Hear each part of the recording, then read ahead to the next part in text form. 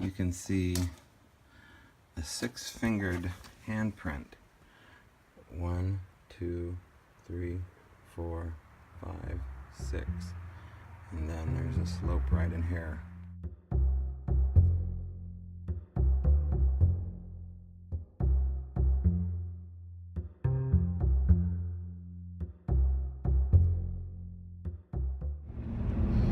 Alright, we are headed due northeast right now towards a location that's hidden in the woods. I was notified by a contact that there were strange glyphs hidden on sandstone off of a major highway. It caught my interest enough after I saw the photographs over the phone that I thought I saw what appeared to be little baby Sasquatch footprints above what looked like, at first I thought a river, a flowing river, because the glyphs are near a river. But after looking at the photograph a little bit more, I saw a diamond-shaped pattern on the left-hand end of the horizontal plane, and that looked like a snake's head. So little squatchy looking prints, a serpent below it, and then below the serpent, a giant bear glyph. And you can see the pad and the 5 claws. That caught my interest. Went up there yesterday, took a bunch of pictures, snooped around for half the day, and as we're packing up to leave, I see this guy standing with his dog off the edge of the river right near my car, and he's got a Bigfoot print on his shirt. So I stop and introduce myself, which I thought was appropriate to do given the theme of most of these episodes of Off Track. The guy introduces himself and tells me his name is Bob Reinhold, and his wife is sitting in a lawn chair right next to my car named Patty Reinhold. So we have a Bob and Patty, both into Bigfoot. The last name Reinhold, which rings a bell, and I then remembered that they have taken over for the now deceased, God rest his soul, Ray Crow. And they helped Ray put on his bi-monthly meetings in St. John's, Oregon, which I'd been to these meetings only a handful of times. But the timing is really, striking at this point. Here I am in an area I've never been to. I don't research, I don't hike, I don't goof around, and here's some Bigfooters sitting right next to my car. They go on to tell me that they live in this town and that they are doing a fall equinox Bigfoot powwow right there in front of my car. In fact, they have a blanket made by M.K. Davis of his rendering of Patty hanging from a vine maple tree right there by my car. We both get over the timing of it, and I start meeting more Bigfooters who show up at this parking lot. And they're coming from all over, from Montana, from Washington, from Idaho. They introduced me to a guy named Don Monroe, who I'd heard legends about, right? This guy's, probably 78 or so. And Monroe is a character and a legend at the same time. He is the one that showed Ron Moorhead the Lovelock Caves, which, of course, brings us back to the glyphs here, because what I haven't told you is connected to the Lovelock Caves and these glyphs that we're headed up to right now is the image of the 6-fingered giant hand. And if you research Lovelock Cave, you'll know the story of the red-headed giants with 6 hands, or 6 fingers on their hand. Well, dead center in these glyphs that we're going up to again today is a hand with 6 fingers on it, twice my size. It's huge, and it's dead center. So we're going back into this area, and we're going to hopefully get Don Monroe to come with us and talk on camera about what he knows regarding his theory on Sasquatch, his history as a Bigfoot researcher, and also his connection to Lovelock Cave. I guess that's time for me to edit out. Well, my name is Donald Monroe, Donald L. My first experience was not exciting exactly. I wrote about it in my first book, and it was just a short story about young boys and the adventures that they are and the imaginations they have. And the days I come up from, born in the 30s and the 40s, this happened. And the boy I was with was also the boy of the times, which is not quite like today's people, not to be derogatory, but we were already men in our own minds. We worked and had jobs and things like that, a paper route or whatever. I was a trapper. I trapped at the time. And also sold papers on the corner. But anyway, that's beside the point. The point is, we were old enough to go on our own in camp. Yeah. With a thin blanket. October 31st, put it that way, Halloween season. And school was out in those days in Idaho because of the harvest. They'd put us out, put the kids to go out there and make a few dollars. They'd close down 2 weeks. And my friend and I went hunting mountain lion. And we worked in the fields too, but we went up there hunting mountain lions because we had tracking one all summer, in those mountains in Idaho. Yeah. And we were tracking it by just going to finding tracks and hoping to find it again, We got kids are, but your imagination runs wild. So we had a 22 rifle and about 4 bullets from memory, and a homemade spear or two, I don't know what, and a couple of real orangutan dogs, those days we had dogs. Everybody had a dog. They weren't like nowadays dogs, they were really working dogs, And they were fearless. Well, we'd camped out in the mountains in the place where we had found all kind of tracks, where mountain lions were there. Remember, it's October. It's full moon. In those days, the biggest media thing that would be frightening would be a werewolf story or Frankenstein, So we, being imaginative, we sit there watching the moon that night, and the bare trees and the beaver dam and the nearest road 2 miles, and pretty cold and thin blankets and actually poor kids. Shiny bullets, Yeah. Werewolves. Anyway, so Indian fire, a small fire, didn't want to waste fuel, keep it warm by that. Just showing you a picture of how it was when I started out. Age 11, and the other boy was the same age, and he's quite a story himself. Anyway, we had an experience that night. Around midnight, the fire embers were down to almost nothing, and our dogs were antsy, and suddenly a terrible scream come out of the forest, not more than 100 yards. Actually, less than that. I'd say 50 yards away. It was really hideous, and the dogs that were fearless began coming to us backwards.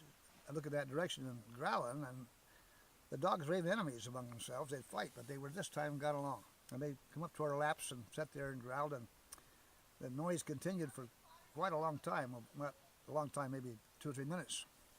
And it sounded like something was tearing something apart, having a good time doing it. Well, it put the fear into us, so we didn't sleep the rest of the night. Sat there, the dogs finally calmed down, and morning came. We found out there where I told you how far away, and with leaves in the ground. And I was already schooled in my own belief at the time and knowledge I could catch animals and sell them. I stole muskrats and a few mink once in a while and different things. I could trap, and I learned that enough to do, a boy's trapping. And I knew animals pretty well. I was already into animals big time. I've been loose since I was 6 years old because my mother died, and I never really had much, I wasn't kept home too much.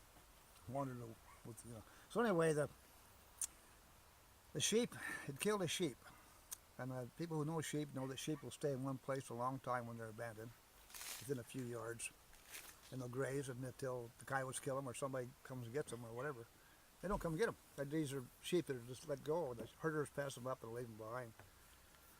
in Idaho in those days, and maybe still, they could take a sheep home in the woods you found like that. It was illegal to do it if you wanted to take it home. I'm not sure it still is, but it was then. Mm-hmm. But the sheep was ripped apart, and I recognized the peculiarity.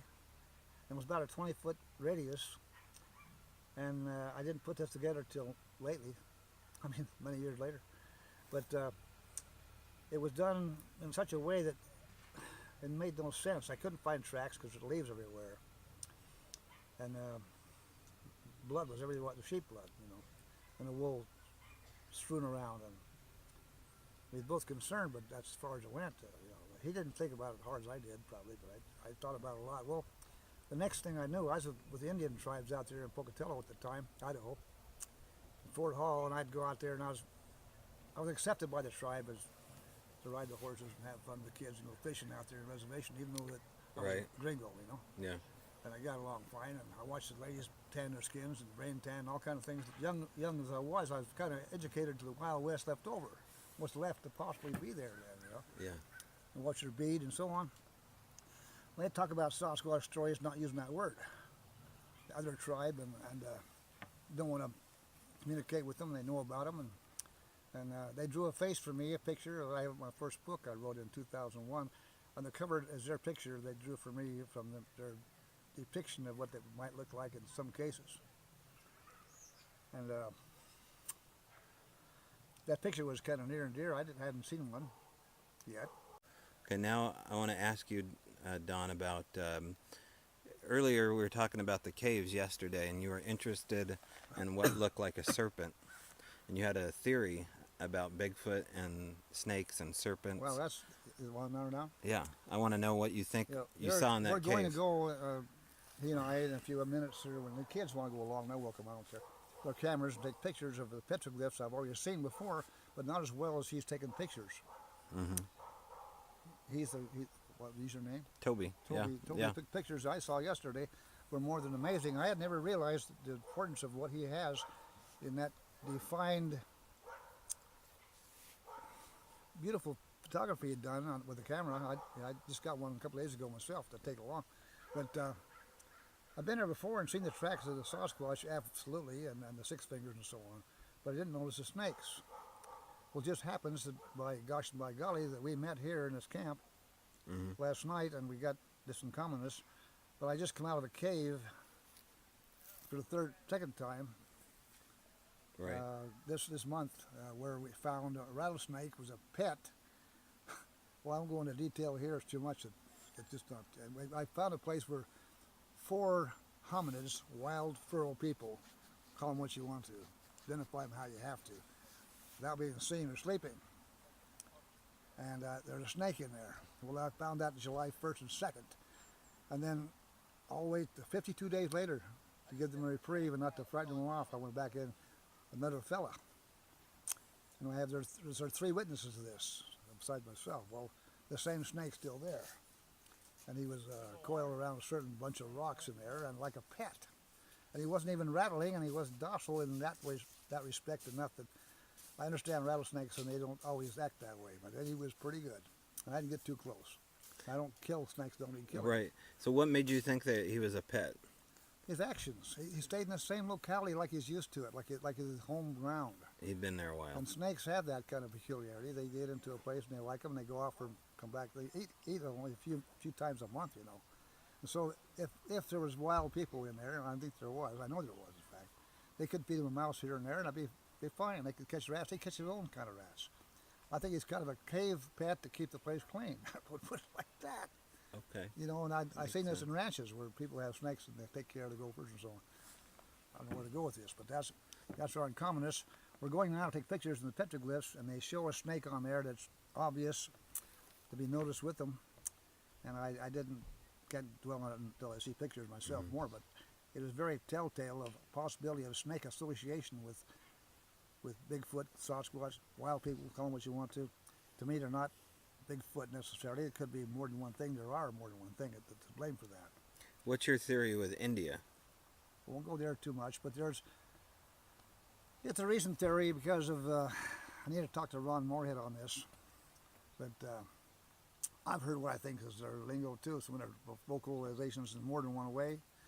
and even mumbling in places I've been. And I have some beliefs that he's written about the similarity of where they might be coming from with that language, the mixtures and so on. But the snake identity with humanity in eastern India, southern India, is prevalent among certain people who worship the serpents. Now I just thought, what if we've missed it in the language, and there's some East Indian blood mixed with them too also, because we don't know what kind of DNA they do actually have, besides I believe they're human to a large degree, and what else they might have, and what part of humanity might have came here long ago, the ancient mariners, which I believe they came over, ancient mariners as workers, possibly the one way they came. And they, in this case, are more than one species or kind according to their gene pool of possibilities of reproduction. They're not all the same thing. They could be relative to one another, like we are, but they aren't necessarily just one take, large, small, and indifferent. And they, that's the way it would be. The coastal ones we take tracks of it that are large are quite different than the western Sasquatch I've got that are 14 inches average to 17.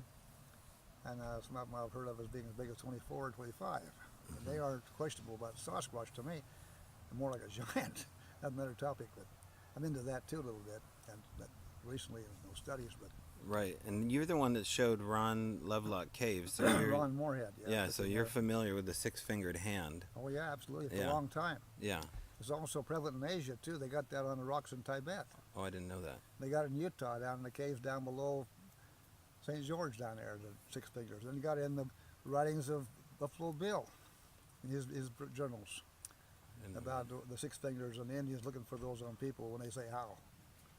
I mean, there's a lot here. We go a lot of places with this. Right. Explain what you mean about the Indians and how. Well, you see in the movies, how are you, who are you, hello, But that was done realistically to identify what you're talking to, some abstract person or maybe a Sasquatch in those times, because the Indians knew about these things a long time ago.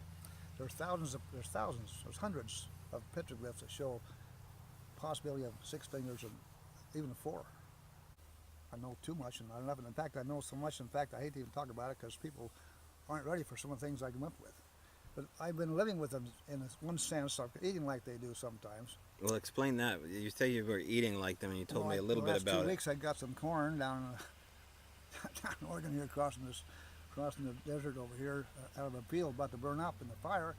Got me a half a dozen ears or more. I got a pile of ears to put in my car, and I'm eating raw corn just to see how that would be to live on that stuff for 2 weeks. Not just that alone, but eating wild berries. Oregon is full of blackberries. We're eating them. Huckleberries.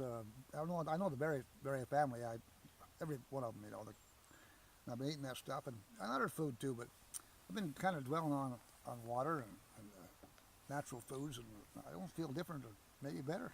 You feel better? Not any better, but just not any worse. So I don't know what to say. I never feel. How do you feel? But I mean, with your fingers.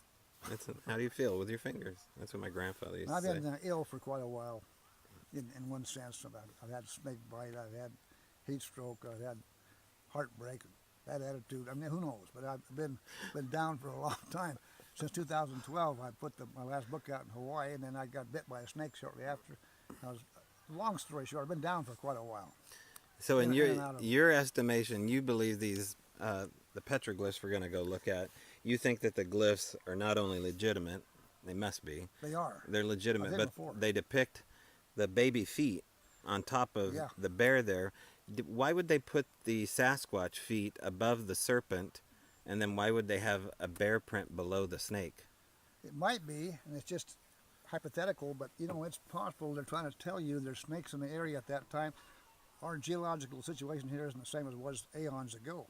There may have been snakes on this side of the mountains more than there is now. And they do prevail as you go past Bend. But on this side, there's less rattlesnakes per capita. There's very few over here. I'm not sure of that, except possibly on the border. Well, that time when these were put there, we weren't even around. It's just it's an eye flash in our memory. Well, they could have been snakes here a lot, and it might be a warning for children. In the case of small feet, which you brought out to me, and then normal sized feet, and telling them to be cautious for their children being barefoot not to get bit. Okay. Sometimes people who are taught by. We didn't have a language then that was written. script. Or, So maybe a warning about children walking around. yeah, be sure you watch your kids, because imagine raising children in this situation, even today in the wild, and having them totally covert. How much effort it would take for mama or anybody to take care of the little guys. That's going on.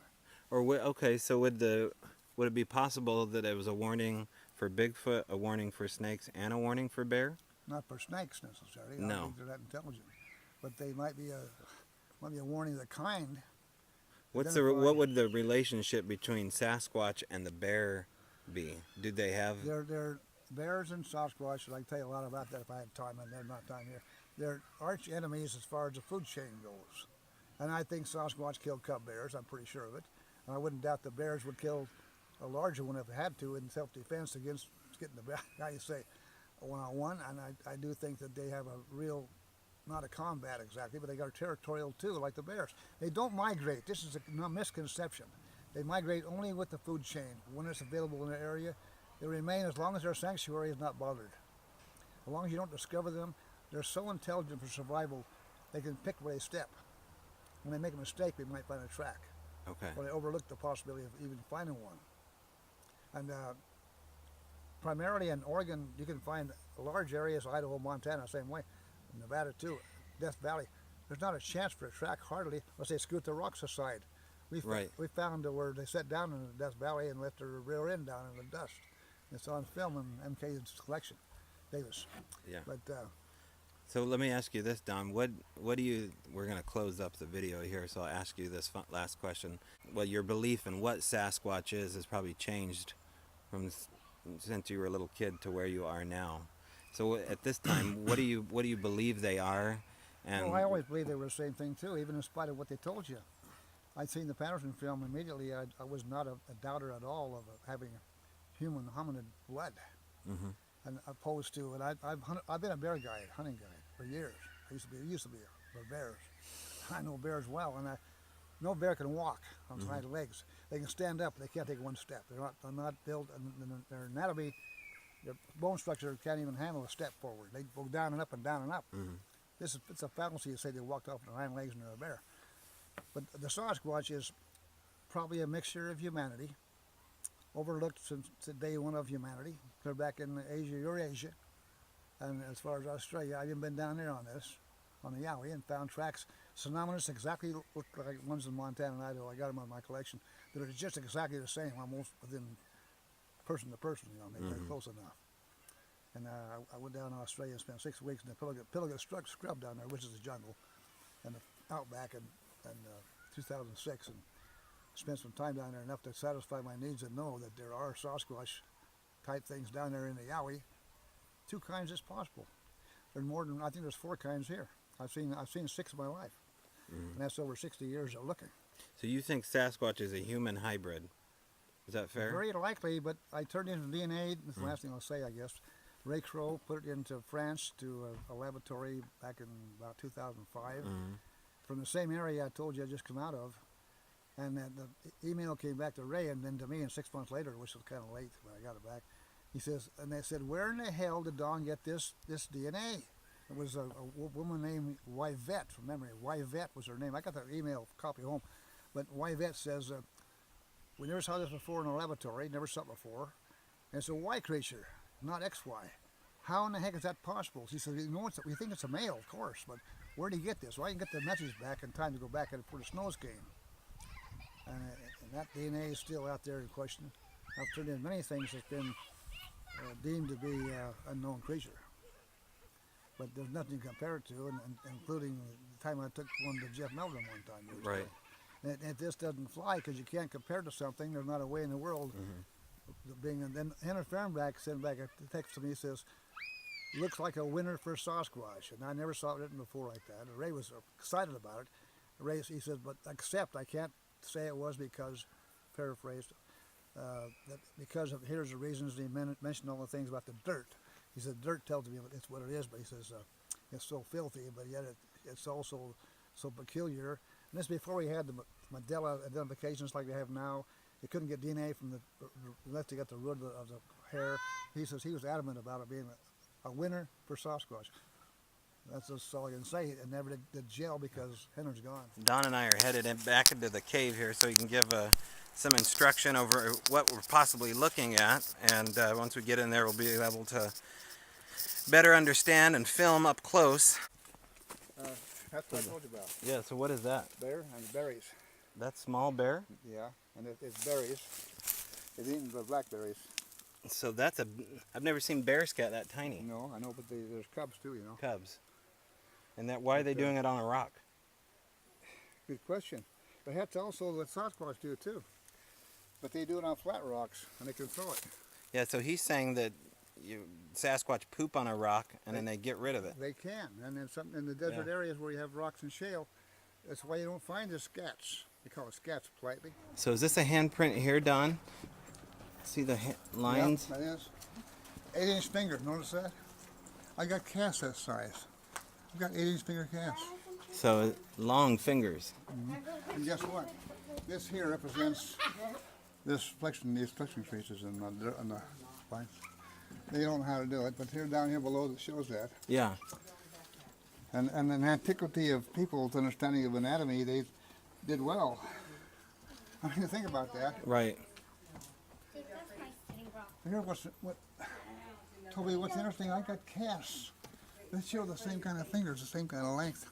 And they're 12 inches long, the hands, and they're fresh as hell. And the dust falls in the caves over the alien, just comes down as a natural thing. Right. It forms a real fine dust like face powder. Right, right. Wow, what a thing to try to cast here. But that hairspray is essential. Yeah. So what do you think this is, Don? See how this has a horizontal line and these scratches? What is that? I mean, it's huge. They spent a lot of time on it. It's got toenails. It's got toenail depositions right here. Oh, you think these are toenails? Yeah, it shows that they're huge monsters out here. So you think that's a foot? I mean, but it's so long. It's got 5, you notice that? Yeah. It could be hands too. But we'll get there in a minute. Get a picture.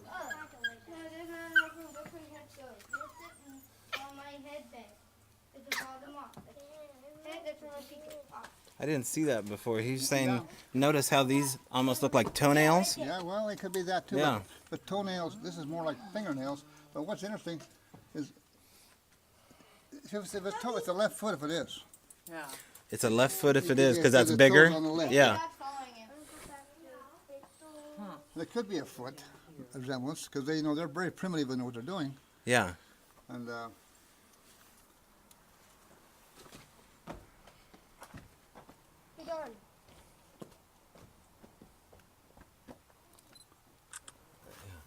So what would do you have any idea what the diamond shape or the... I got to take it back in.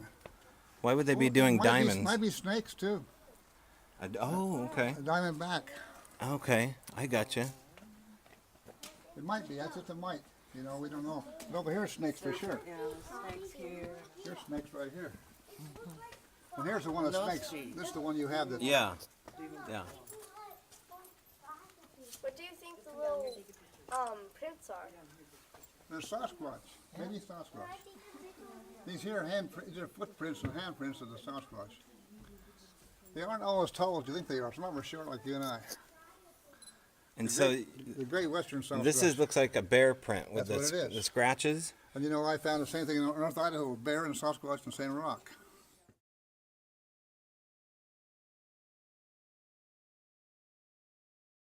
There, now you can see. Just like that. 2 eyes and a mouth. He's about 4 inches, 5 inches. And he's right above these holes. And then there's the hand. Here's the X, or the check mark almost, near this area. The upside down U.